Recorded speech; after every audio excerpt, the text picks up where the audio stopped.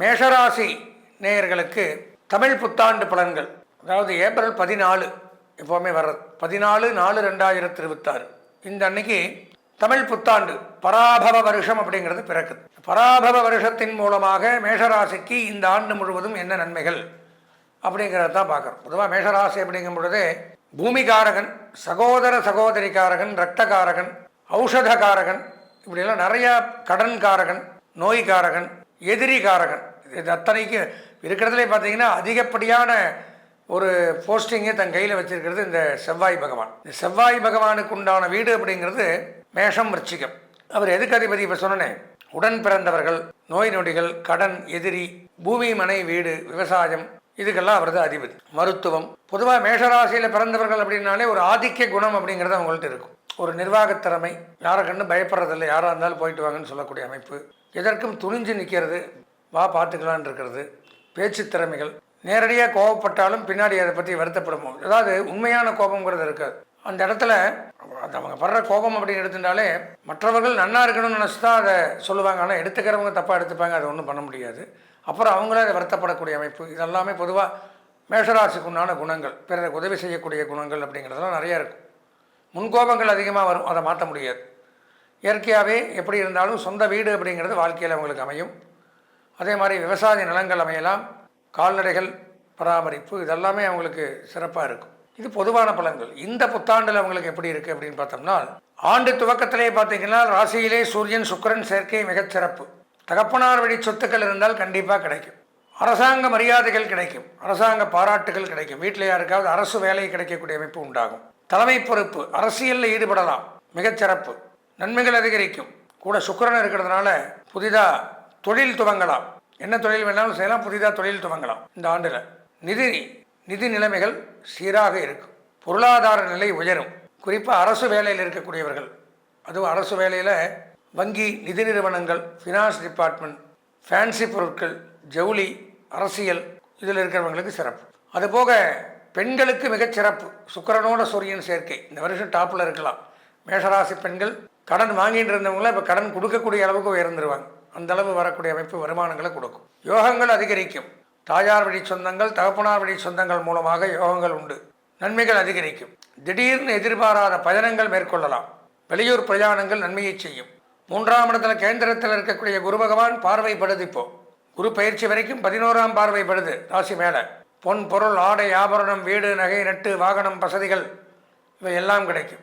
வரக்கூடிய குரு பயிற்சி அப்படின்னு எடுத்துட்டாலும் ஜூன் மாதம் 26ஆம் தேதி நடக்குது. அதை பற்றி தனியாக போடுறேன். கடகத்தில் குரு உச்சம், கடகத்தில் குரு பகவான் உச்சத்தில் இருக்கும்போது மேஷத்துக்கு பல நன்மைகளை கொடுப்பார்.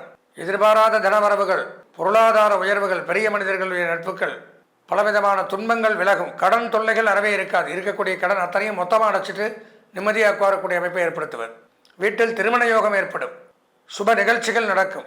வீட்டில் அதாவது திருமணம் ஆகாத மேஷராசி நேயர்களாக இருந்தால் அவர்களுக்கே திருமணம் நடக்கும். இல்லது அவர்களது இல்லத்தில் யாருக்காவது திருமணம் நடக்க வேண்டிய ஸ்தானத்தில் இருந்தால் அவர்களுக்கு திருமண யோகம்ங்கிறது ஏற்படும்.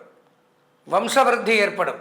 பொன், பொருள், ஆடை, ஆபரணங்கள் சேர்க்கை உண்டாகும். குறிப்பாக அழகு சாதன பொருட்கள், பியூட்டி பார்லர், சலூன், உடற்பயிற்சி கூடங்கள் இதெல்லாம் வச்சு நடத்துகிறவங்களுக்கு, அது போக எலக்ட்ரானிக் பொருட்கள், மின்சாதன பொருட்கள், இது சம்பந்தமாக வியாபாரங்கள்லாம் பண்ணக்கூடியவர்களுக்கு நன்மை அதிகரிக்குது.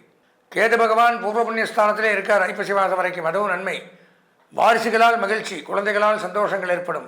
அந்த மாதிரி அமைப்புகள். பூர்வீக சொத்துக்களில் இருந்து வந்த விவகாரங்கள் விலகும். கோர்ட் கேஸ், வம்பு வழக்கு, நீதிமன்ற பிரச்சனைகள் விலகும். விளையாட்டுத் துறையில் சாதிக்கலாம்.